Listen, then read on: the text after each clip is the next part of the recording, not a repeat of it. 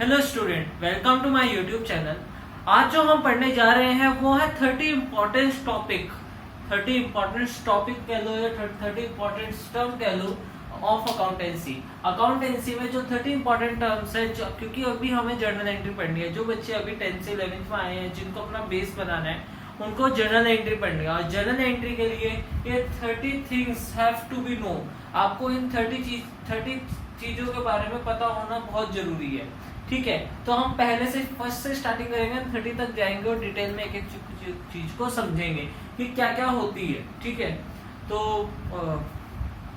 Starting से शुरू करते हैं कि प्रॉफिट क्या होता है। Profit, what is profit? तो प्रॉफिट आपको सबको पता है कि अगर कोई 10 रुपए की चीज है, अगर कोई 10 रुपए की चीज है और वो 12 रुपए में हमने सेल आउट कर दी, तो जो 2 रुपए आया उसको हम प्रॉफिट बोलेंगे। ओके, कोई 10 रुपए की चीज है, उसको हमने 12 रुपए में बेच दिया, तो हमारा प्रॉफिट आया 2 रुपए। तो जो हमारा रिमेनिंग अमाउंट है उसको हम प्रॉफिट बोलते हैं। इतना क्लियर हो गया? फर्स्ट पॉइंट हमारा क्लियर हो गया। अब हमारा आ जाता है सेकंड पॉइंट, गेन। अब प्रॉफिट और गेन तो एक ही होता है, तो दो अलग अलग नाम क्यों है? वो भी इसलिए है क्योंकि दोनों ही अलग अलग है। गेन क्या होता है हमारा? जब भी हम कोई फिक्स एसेट बेचते हैं, उसके बाद अगर हमारे को उसमें से कुछ बचता है तो उसको हम गेन बोलते हैं। जैसे अगर मैंने मार्कर बनाया, मार्कर बनाने के बाद मैंने इसको कंपनी में मैन्युफैक्चर करा और मार्कर बनाने के बाद मैंने इसको बेचा, तो 10 में बना, मैंने इसको 15 में बेच दिया, तो मेरा प्रॉफिट आया 5 रुपए का इस मार्कर का। बट जिस मार्कर को बनाने वाली मशीन को अगर मैं बेचूंगा और वो मशीन उस टाइम जो उसकी वैल्यूएशन निकली मशीन की वो 2 लाख निकली और मैंने उससे 2,20,000 का बेच दिया, तो जो 20,000 था वो मेरा गेन हो जाएगा। अगर हम किसी फिक्स एसेट्स को बेचते हैं तो उसको बोलते हैं हम गेन। ठीक है, और अगर हम किसी नॉन फिक्स एसेट्स को बेचते हैं उसको बोलते हैं हम प्रॉफिट। ठीक है, तो इसको बोलते हैं हम गेन। लॉस क्या होता है?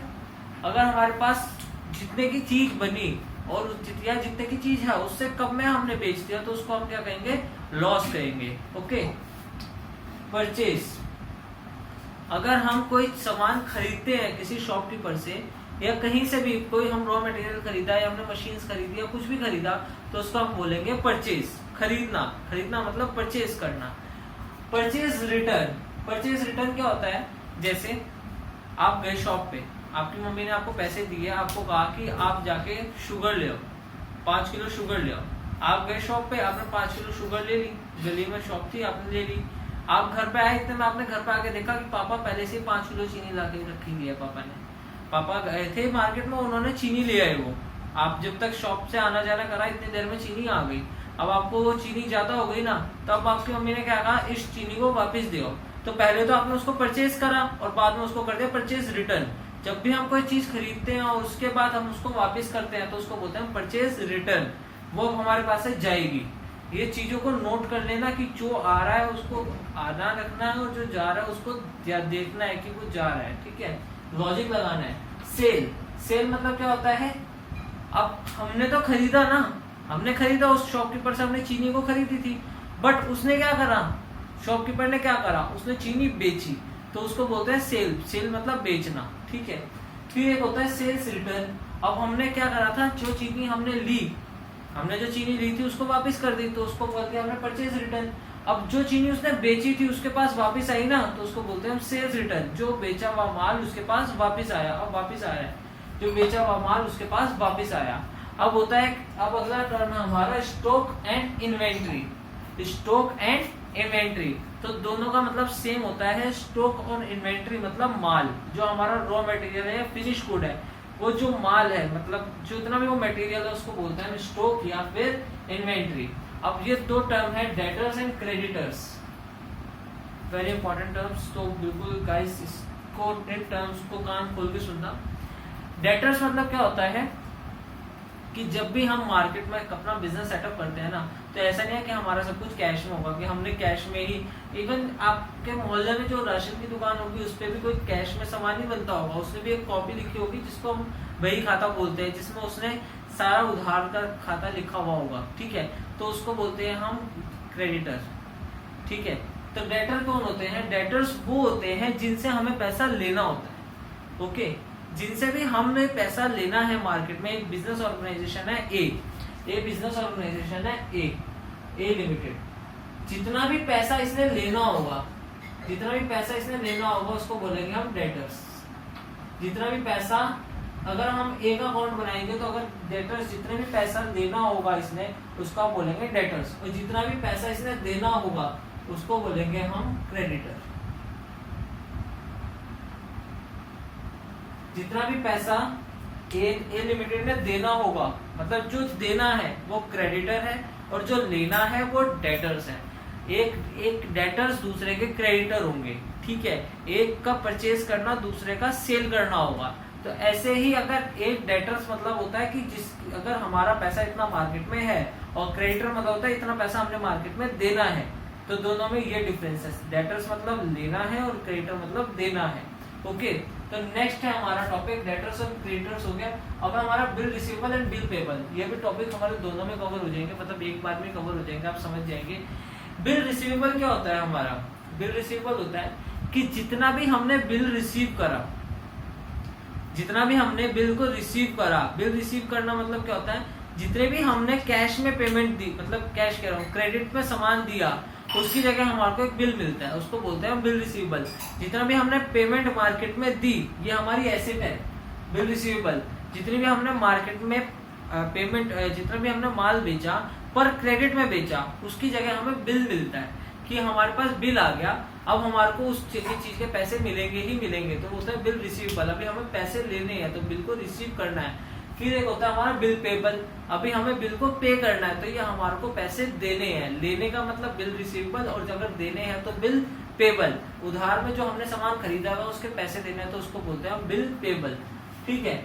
गुड्स क्या होता है? सामान। गुड्स का मतलब यहाँ पे गुड़ मतलब वो वाला मीठा वाला गुड़ नहीं, गुड मतलब होता है सामान मतलब जो माल होता है, माल को हम गुड्स बोलते हैं, ठीक है। तो आप कभी कंफ्यूज मत होना, गुड्स का मतलब होता है यहाँ पे सामान। ओके, अब कोस्ट क्या चीज है? Very important term. ये वैसे सारी इंपॉर्टेंट टर्म है, बट कुछ मोस्ट इंपॉर्टेंट है, ठीक है। तो कोस्ट मतलब क्या होता है? इस पेन को बनाने में मेरा लैंड लगी, सबसे पहले जहां जमीन लगी उसकी कीमत, फिर उसके बाद लेबर लगी, कैपिटल लगी, ठीक है, पैसा लगा, मटेरियल लगा, रॉ मटेरियल लगा, आदमी लगा इस पे काम करने वाला, मशीन लगी, मशीन के अंदर जो पेट्रोल है वो लगा, सब कुछ मिला के इसके ऊपर 10 रुपया लगा, मैंने इसे 12 में बेचा, 2 रुपए तो मेरा प्रॉफिट हो गया, 12 रुपए मेरा सेलिंग प्राइस हो गया, बट 10 रुपए मेरा क्या था? जो इस पे मेरी लागत लगी। कॉस्ट मतलब वही लागत होता है जितना उस पे मटेरियल पे eight a point of time पैसा लगता है, उसको हम बोलते हैं कॉस्ट, ठीक है। कॉस्ट। वाउचर, जब भी हम कहीं पे भी डीलिंग करते हैं, सेल और परचेज की डीलिंग करते हैं, तो एक वाउचर बनाए जाते हैं जिसमें हमारी पेमेंट या रिसिप्ट या हिस्ट्री लिखी जाती है कि कितने का सामान है, कैसे देना है, किसके थ्रू लिया, किसके थ्रू देना है, तो उसको हम बोलते हैं वाउचर, जिसके अंदर ये सारा हिसाब लिखा जाता है। अब अगला टर्म है हमारा डिस्काउंट। डिस्काउंट मतलब क्या होता है? जब भी हमारे को एक चीज में थोड़ी छूट मिल जाती है अकॉर्डिंग टू परसेंटेज, ठीक है। डिस्काउंट हमेशा परसेंट में होता है, जब भी हमें कोई छूट मिल जाती है अकॉर्डिंग टू परसेंटेज, उसको बोलते हैं हम डिस्काउंट। ओके, उसको बोलते हैं हम डिस्काउंट। फिर नेक्स्ट है हमारा, इसके साथ डिस्काउंट के साथ में ये वाला कंप्लीट कर रहा हूँ, रिबेट को टर्म को बीच के अभी छोड़ के रिबेट कर रहा हूँ क्योंकि दोनों कोरिलेट है। रिबेट मतलब होता है, इसके अंदर तो हमारे को अकॉर्डिंग टू डिस्काउंट मतलब परसेंटेज होती है डिस्काउंट के अंदर, रिबेट के अंदर अकॉर्डिंग टू रुपीज होता है। जो भी छूट, दोनों में छूट ही मिलती है हमारे को अमाउंट की, बट रिबेट मतलब होता है जिसके अंदर हमारे को पैसों की छूट मिलती है। जैसे 50 रुपए ऑफ, 60 रुपए ऑफ, तो वो डिस्काउंट नहीं मिल रहा, वो हमें रिबेट मिल रहा है। जिसमें हमारा 50 रुपए ऑफ है, 60 रुपए ऑफ है, तो उसका मतलब होता है हमारा रिबेट होना। ओके, फिर होती है हमारी एंट्री। एंट्री क्या होती है? जितनी भी बिजनेस ट्रांजेक्शन है, एक फर्म को कैसे पता लगेगा हमारी कंपनी प्रॉफिट में या लॉस में है? वो उन चीजों की पहले एंट्री करेगी, कितना सामान हमने खरीदा, कितना बेचा, कितने में खरीदा था और कितने में ही हमने बेच दिया, तो वो सब किसके अंदर आती है? हमारा एंट्री के अंदर आता है, ठीक है।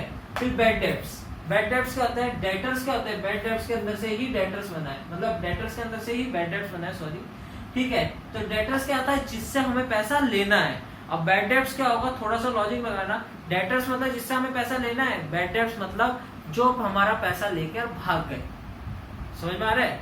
डेटर्स मतलब कि जिनसे पे पैसा लेना है, और बैड डेट्स मतलब जो हमारा पैसा लेके भाग गए, उसको बोलते हैं हम बैड डेट्स। ओके, अब इंसॉल्वेंट कौन से होते हैं? इंसॉल्वेंट होते हैं जिनके पास हमारा पेमेंट है, जिनके पास हमारा पेमेंट ड्यू है, जो हमारे डेटर्स हैं, जिन्होंने हमें पैसा देना है, बट वो पैसा देने में असमर्थ है, मतलब उनके पास पैसा नहीं है हमें देने को, उसको बोलते हैं हम इंसॉल्वेंट। जो पैसा देने में हमें समर्थ नहीं है eight a point of time. ऐसा होता है ना कि कई कंपनी में हमने पैसा तो लगाया बट कंपनी डूब गई, हमने रॉ मटेरियल बेचा, हमें कंपनी डूब गई, तो उसको बोलते हैं हम इंसॉल्वेंट। ठीक है, इंसॉल्वेंट मतलब जो हमें पैसा देने में असमर्थ है, इंसॉल्वेंट मतलब जो असमर्थ है पैसा देने में हमारा पैसा, वो इंसॉल्वेंट कहलाता है। अब होता है सॉल्वेंट। सॉल्वेंट क्या होता है? इंसॉल्वेंट मतलब जो पैसा देने में असमर्थ है, और सॉल्वेंट मतलब जो पैसा देने में हमें at a point of time समर्थ है। ठीक है, कि ये सॉल्वेंट है, ये हमें दे सकता है। ओके, किसी के साथ तो जेन्युइन प्रॉब्लम होती है, किसी के साथ नहीं होती है, तो उसको बोलते हैं हम सॉल्वेंट। ये सॉल्वेंट है, ये हमें पैसा दे सकता है। ओके, तो ये हो गया सॉल्वेंट। अब आता है स्टोर। स्टोर क्या होता है? 1 सेकेंड, इसको रख दूंगा। स्टोर्स क्या होता है? जहां पर हम अपना रॉ मटेरियल या मटेरियल जितना भी हमारा गुड्स है, उनको हम सेव करके रख देते हैं, उसको बोलते हैं हम स्टोर। अ प्लेस जहाँ पे हम a place where we store our material. ठीक है, घर में भी एक जगह होती है ना, स्टोर बना के रखते हैं जहाँ पे हम सामान रखते हैं, तो वैसे ही एक स्टोर होता है हर फर्म में, जहाँ पे वो अपना रॉ मटेरियल या फिनिश गुड्स बचा के रखता है। सॉरी, ठीक है। रेवेन्यू मतलब होता है सेल, सेल ऑफ, सेल्स होता है, सॉरी सेल ही होता है इसका मतलब, सेल। और कंप्लीट सेल, जितनी भी कंप्लीट सेल हुई है पर ईयर के हिसाब से, उसको बोलते हैं रेवेन्यू। ओके, जितनी भी सेल हुई है पर ईयर। अब एंटिटी क्या है? एंटिटी के ऊपर थोड़ा सा ध्यान देना। एंटिटी होता है बिजनेस ऑर्गेनाइजेशन। बिजनेस ऑर्गेनाइजेशन, एक बिजनेस ऑर्गेनाइजेशन को ही हम एंटिटी बोलते हैं। जो भी एक कंपनी होती है उसके वो एंटिटी होती है। ठीक है, उनकी एक सेपरेट एंटिटी होती है। जैसे एक बिजनेस ऑर्गेनाइजेशन है ना, उसके आगे लिमिटेड लिखा हुआ है, जैसे ए लिमिटेड है तो उसके आगे लिमिटेड लिखा हुआ है, तो कंपनी कहती है तुम मेरे पे पैसे लगा रहे हो, तुम मेरे पे कैपिटल लगा रहे हो, तो तुम मेरे पे एहसान नहीं कर रहे हो। मैं एक अलग इंडिविजुअल हूँ और तुम एक अलग इंडिविजुअल हो। मालिक और कंपनी दोनों ही अलग अलग हैं। ठीक है, तो मालिक और कंपनी दोनों अलग अलग है, तो उसकी एक अलग एंटिटी है, तो इसीलिए वो एंटिटी शो कर रहा है कि उसकी एक अलग एंटिटी है। वो किसी इंसान के साथ कंपेयर नहीं की जा सकती, क्योंकि वो एक अलग ही इंडिविजुअल है। ओके, टर्नओवर, बस जो हमारी कंपनी है या एंटिटी बिजनेस ऑर्गेनाइजेशन है, वो क्या सिर्फ उसके पास 2 राइट नहीं है। एक तो चलने फिरने का राइट नहीं है, दूसरा उसके पास वोटिंग का राइट नहीं है। बाकी उसके पास सारे राइट है, वो कुछ भी कर सकती है। वो कंपनी किसी दूसरी कंपनी के ऊपर केस भी कर सकती है, उसके पास इतना भी राइट है। ओके, टर्नओवर क्या होता है? जो भी एक पर ईयर में कमाया, पर ईयर में जितना भी पैसा कमाया उसको बोलते हैं हम टर्नओवर। पूरा एक अकाउंटिंग ईयर में जितना भी पैसा कमाया उसको बोलते हैं हम टर्नओवर। ओके, लाइव स्टॉक क्या होता है? Live stock is very important, ध्यान से समझना।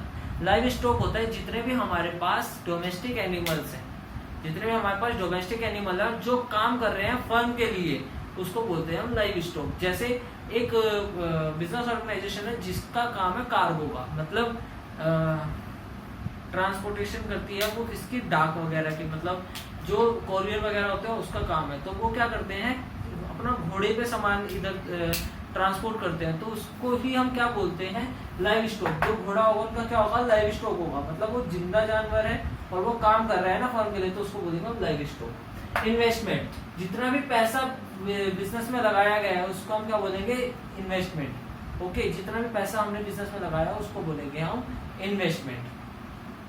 डेप्रिसिएशन क्या होता है? डेप्रिसिएशन देख लेते हैं। डेप्रिसिएशन होता है हमारा जितने भी, जैसे भी कोई फिक्स एसेट है, जैसे आप एग्जांपल लीजिए, आप एक बाइक खरीद के लाए, अब बाइक खरीद के लाए आप 60,000 की, आपने घर में लाए वो और आपने उसको 20 दिन बाद ही बेचना है, तो आप 60,000 की ही बेचोगे उसको, या 60,000 की कोई खरीद लेगा? अगर आपसे वो 60,000 की ही खरीदनी होती तो वो फर्म वहाँ पे क्या नाम है, एजेंसी पे जाके ना खरीद ले। तो इसलिए क्या होता है, जब भी हम डेप्रिसिएशन की बात करते हैं, डेप्रिसिएशन का मतलब जब भी फिक्स एसेट्स की वैल्यू में गिरावट आती है उसको बोलते हैं हम डेप्रिसिएशन। ओके, जब भी फिक्स एसेट्स की वैल्यू में डेप्रिसिएशन गिरावट आती है उसको हम बोलते हैं, वो डेप्रिसिएशन टर्म कहलाती है। रिजर्व क्या होता है? रिजर्व छोटा सा एग्जांपल दूंगा आपको।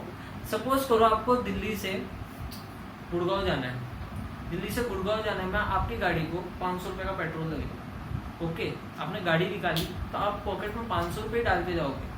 नहीं ना, या आपने पेट्रोल फुल 500 रुपए का डलवा दिया उसमें, बस हो गया। इसके अलावा आपको कुछ पैसों की जरूरत नहीं है। जरूरत पड़ेगी ना आपको। अगर रास्ते में जा रहे हो, आपकी गाड़ी में पंचर हो गया तो आप क्या करोगे? उस टाइम कुछ नहीं कर सकते।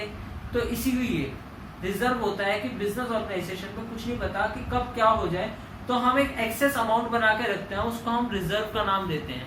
ठीक है, एक्सेस अमाउंट बना के रखते हैं जिसको हम रिजर्व का नाम देते हैं कि अगर बाय चांस कुछ मिस हैपनिंग भी हो गई तो हम बिजनेस को रिकवर कर लेंगे। ओके, तो उसको बोलते हैं रिजर्व। रिबेट हम पढ़ चुके हैं और अब है रिसिप्ट। रिसिप्ट क्या होता है? जब भी हम कोई भी ट्रांजेक्शन करते हैं तो एक रिसिप्ट रिसीव करते हैं। पेमेंट रिसिप्ट हो गई, या हमारी कैश रिसिप्ट हो गई, या क्रेडिट रिसिप्ट हो गई, तो वो रिसिप्ट ही जो कहलाती है हमारी। जब भी हम सामान देते हैं तो उसके अगेंस्ट में हमें रिसिप्ट मिलती है, उस वही एक पर्ची को हम रिसिप्ट बोलते हैं, जो भी वो ट्रांजेक्शन है। तो स्टूडेंट्स, ये वीडियो सिर्फ इसलिए बनाई है कि जिन बच्चों ने अभी कॉमर्स क्लास ज्वाइन करी है, जिन बच्चों का बेस थोड़ा भी कमजोर रह गया और वो 12th में है और उनको इन टर्म के बारे में नहीं पता, तो ये वीडियो उनके लिए है। तो आप प्लीज इस वीडियो को देखिए, ज्यादा से ज्यादा शेयर कीजिए, सब्सक्राइब कीजिए और कमेंट कीजिए प्लीज। अगर आपको कोई भी डाउट है तो आप कमेंट कीजिए। मैं आपको हर वीडियो में कह रहा हूँ कि अगर आपको कोई भी डाउट है तो आप कमेंट कीजिए। मैंने इंस्टाग्राम का लिंक आपको डिस्क्रिप्शन में दे दिया, आप उस पर क्लिक करके मेरी इंस्टाग्राम आईडी पे को फॉलो कर सकते हैं। आप उस पर अपने क्वेरीज पूछ सकते हैं। ओके, तो thanks for watching this video. Thank you so much.